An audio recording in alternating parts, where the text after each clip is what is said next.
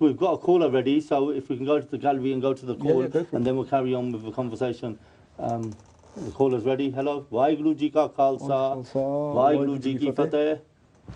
Hello, you alright? Hi. What's your name and where you calling from? I don't really want to give my name at the moment, but I'm calling from Stoke just because of like the nature of the situation at the moment. Okay. It's just because I'm from a Muslim background. Right. But I've actually left Islam and now I'm looking into Sikhi. Okay, take care. But it's just for like safety and stuff. That's why I just have to be a bit careful about it. Yeah, of course. But yeah, so I just wanted to just like touch on like, just as in like people who decide to actually leave Islam, and like, because I understand like how hard it is to actually leave and then like choose to be of another religion instead. Right. Yeah, and yeah, so I'm just a university student. I'm in Stoke at the moment, in uni. And yeah, so I just decided at one point that Islam wasn't for me after going to the Sikh society for quite a while. Okay. Yeah, I'm listening. Yeah. Can we ask what is it? What made you attend the Sikh society? Essentially, I did meet someone at university who was Sikh, and obviously we got talking and everything, and like instead of being like more accepting of the religion he was, I was actually like trying to convert him. Okay. And we got into like quite a lot of debates. Like he was saying like, you know, I like being Sikh, and he was really comfortable in his religion. Right. But obviously for me as a Muslim, you kind of like brought up thinking that obviously Islam is the only way, and anyone who isn't a Muslim has to go to hell and stuff like that.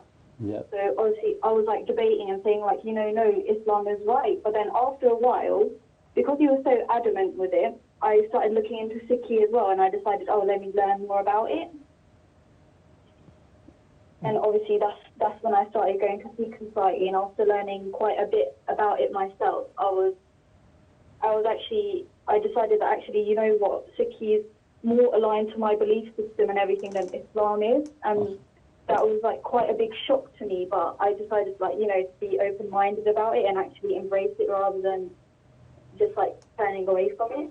Yeah, that's quite interesting. I've obviously listening to your voice now, I've realised who you are as well, because I believe you've come to our forums before. Is that right? Yeah. Yeah. I came to your forums, and I felt like it was obviously like at first leaving, I felt really alone, and like, you know, like I felt kind of like isolated. But after I started coming to your forums, well, essentially I met someone at a like an all-nighter Kirtan session. Yeah, the Rensafai, I remember.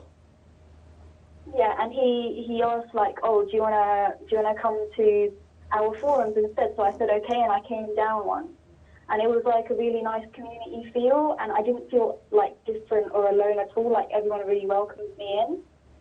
That's cool. Yeah, that's really good.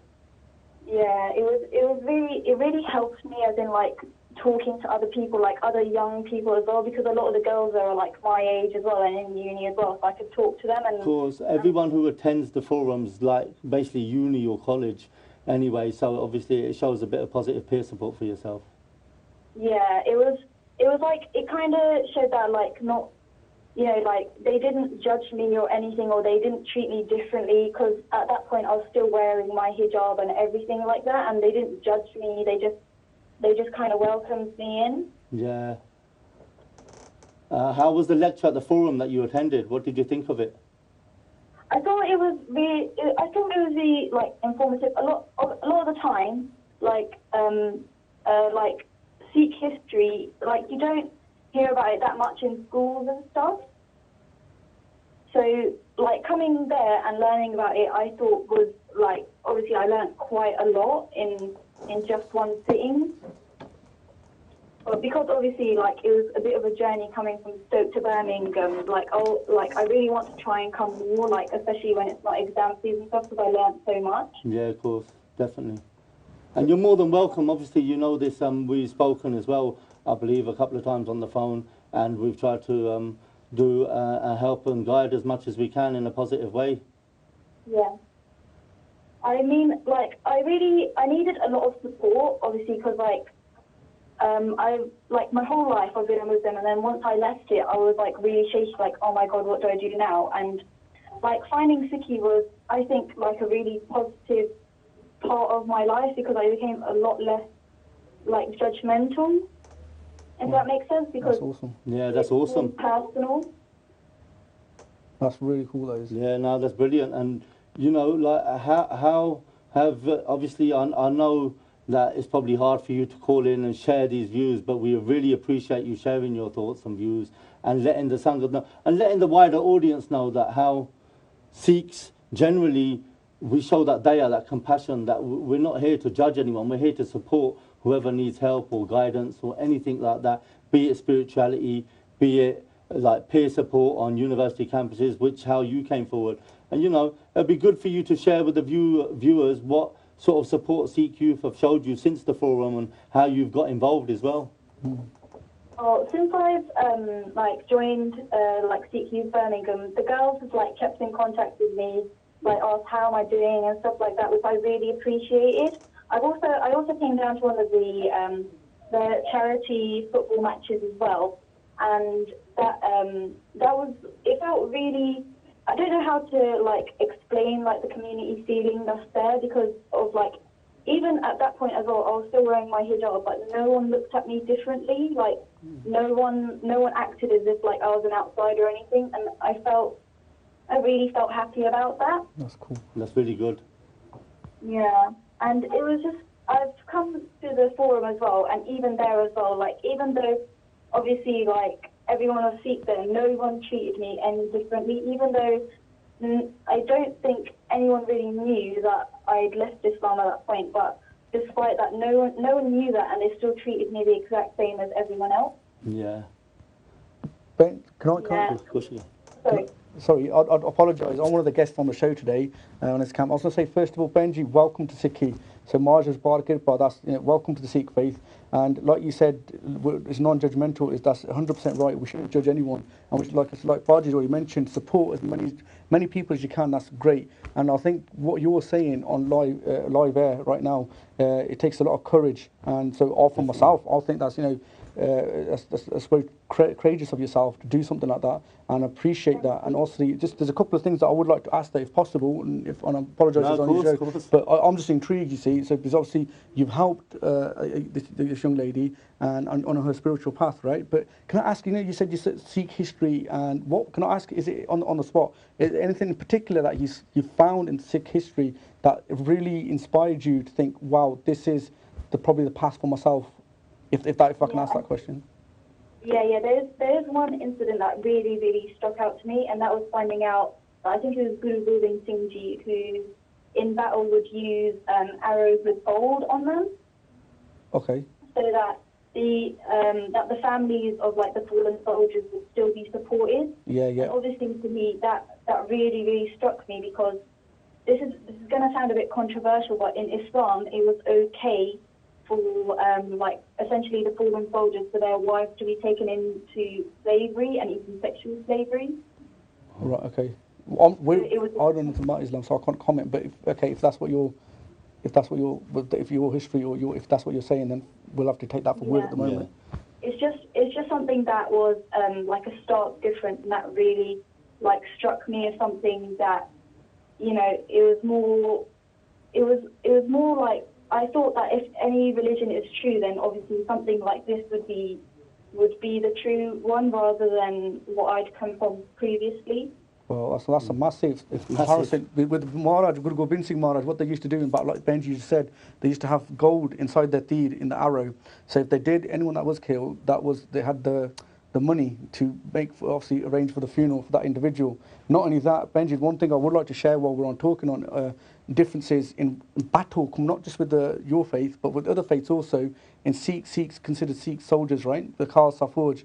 Well, number one, they never attacked any place of worship, and they made sure that they prevented others from attacking the place of worship. Number two, during Akali Fulla Singh's reign, the Jathedar reign, when the tyrants would come into India, they would take captive, like you said, slaves, for women particularly, for to be sold on as sex slaves, okay?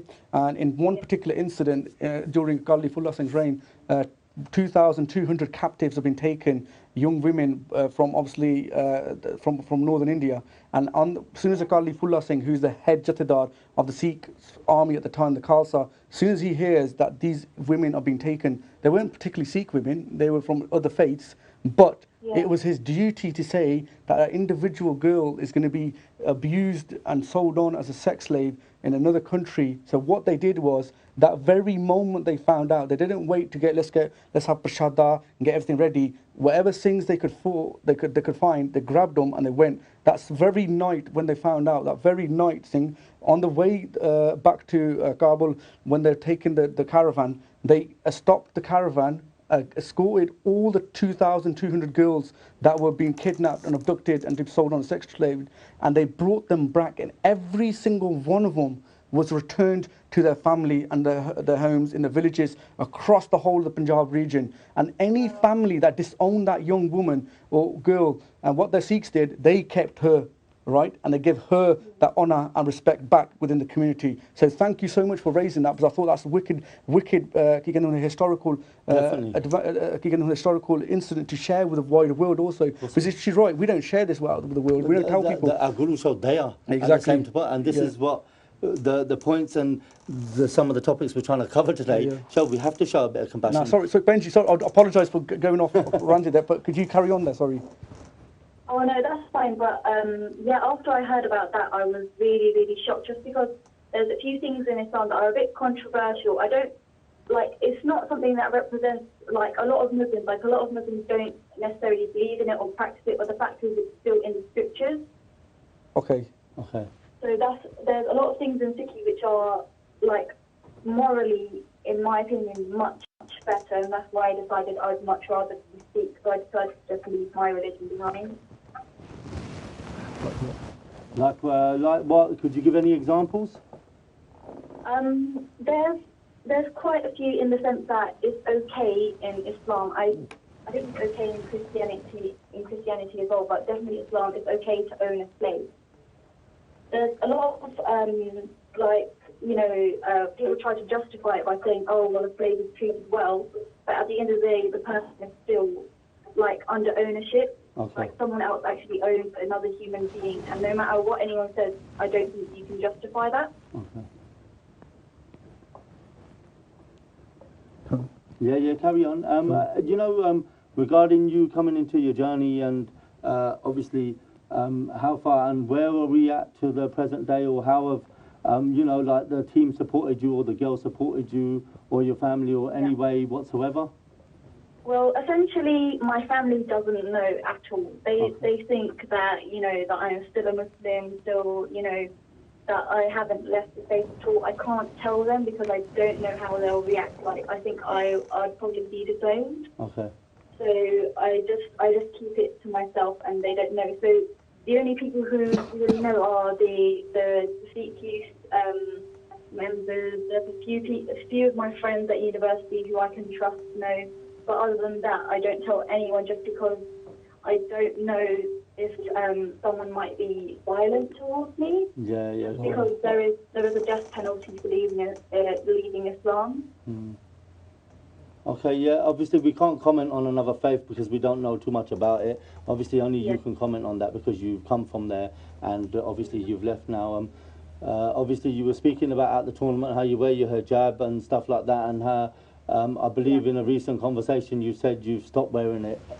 Yeah, I decided yesterday actually to take it off. Even though I left Islam about 9 months ago, I was really, because I'd been essentially forced to wear it since I was 11, it was really hard for me to take it off. But yesterday I decided, you know what, I don't believe in this religion anymore. A lot of the stuff inside the religion I disagree with. Of course, there's things in Islam that I do agree with, but obviously because I've left it and there's so much that I actually oppose, I decided, you know what, I don't want to represent the faith anymore like this. Every time I go out in a hijab, people see a Muslim woman, whereas I'm not anymore. So I decided, you know what, I'm going to take it off. And you're going to be making steps towards Sikhi, obviously, and you know, still at university, you need that support, and obviously our team's there as much as they can do to support, and obviously your views and opinions are always more than welcome on the Sikh channel. You know, it's really good that Sikh, you've had that support from your students at uni and organisations who have showed you that compassion and helped and supported you as much as they could through your journey, which we really appreciate you sharing those thoughts in it, Baji. No, definitely. Like I said, I said it before, and I'll say it again. Welcome to the faith. Thank you for being so courageous to share your journey, because it does take a lot of courage to do that, especially live on TV. And then obviously you said you haven't mentioned your name and all the rest of it. However, you still shared that experience, and I think that's a beautiful thing that you've found something in Sikhi, and I'm sure that you're going to find there's a lot in Sikhi that you're going to be so proud of. This is a beautiful faith, and this is what we should be encouraging out there, telling the world what our beautiful faith is all about. This is like we were saying about the forms of prevent and the support out there, and educating people through that education and support. Our sister's come into Sikhi and she's learning. You know, I know. The team have helped a bit more than what you've said, not just regarding you, but with your family as well. So if you would like to share any of those thoughts, it would be good for because that's what the show was about. We're talking about tips and hints on how to prevent and what we do day to day as an organisation, as Sikh Youth. But it would be good for you to share your views on how the Sikh Youth team helped you within your family. Yeah, that's fine. With the Sikh youth team, I just wanted to let anyone know that if they are even if they're not in a similar situation to me, but you don't have to be coming into Sikhi or anything, but if you feel in danger, you can always just call Sikh Youth Birmingham, because they've offered me, if I do get disowned by my parents and I was scared that maybe I might be homeless or something, they offered me a roof over my head and even financial help. So they've helped so much, and I don't know how to repay them in that sense, but I'm really, really grateful, because I was able to say, I can go out and pursue learning about Sikhi now, because I wasn't scared anymore. Oh. And also I had another problem with my younger cousin as well, who actually was getting abused by her parents, and I did speak to her then, and she was scared about going into care. So I did call up Sikh Youth Birmingham and said, look, this is the situation with my cousin. Is there anything that you guys can help me out with? And obviously people told me then that some aunties who have foster kids, and they're actually really nice, and they'd be able to take her in. So after passing that information on to her, she was she calmed down quite a lot, and was able to move forward without being as scared as she was before. So obviously I feel like Sikh Youth Birmingham does a lot more than just just help out the Sikh youth. They help all the youth and just essentially anyone, really. Fantastic. Yeah. Benji, thank you for your call. Again, if you want to give any last thoughts to the viewers, Cam, do you want to ask any more questions for Benji? I'm gobsmacked, and I think this is the best endorsement Sikh Youth UK could possibly have. This is what I think it should be meeting to be you instead of being the guest here, because obviously the work that you're doing out there is having an impact, and this is absolutely great to see, and this is exactly the model that we followed and our ancestors followed. We helped everyone and anyone. That's what we can openly say on TV. We've helped Muslim girls, we've helped Hindu girls, we've helped Christian girls, we've done that, and boys, but we've helped everybody, and we've never judged. And I think that's awesome that the viewers watching right now have seen that, and this is a testimonial. It's really important that it's great. People know what goes on behind the scene, not just in our organisation, but in every Sikh organisation, how much they are shown out there. And, Benji, do you want to give your last thoughts before we go back to the viewers and the conversation?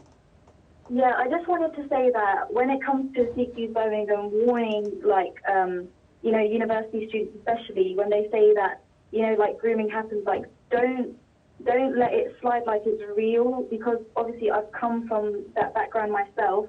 You, as a Muslim, you do try to convert people. It's not like a joke or anything. It's a serious thing. As in, I was even trying to do it myself. We're raised to say that, that the non-Muslims aren't going to heaven, so they do try to convert people. So I just want people to understand that it's a real issue, and actually please be vigilant about it. Well, okay. Thank you for your views, opinions, and how courageous, like Baji said, how courageous you've been to come on and talk. And, we respect the fact that you want to keep your identity discreet and anonymous at the moment, but we really appreciate your call in to help show the viewers out there and the Sangat and the students, all those students out there, that if they are in danger, they can come forward, they can contact. Exactly. And it doesn't matter what background you're from, be it Sikh, Hindu, Muslim, Christian, it doesn't matter. Sikhs show that they are, we will support. So thank you for your call, Benji, and we appreciate your time. Waheguru Ji Ka Khalsa, Waheguru Ji Ki Fateh. Okay.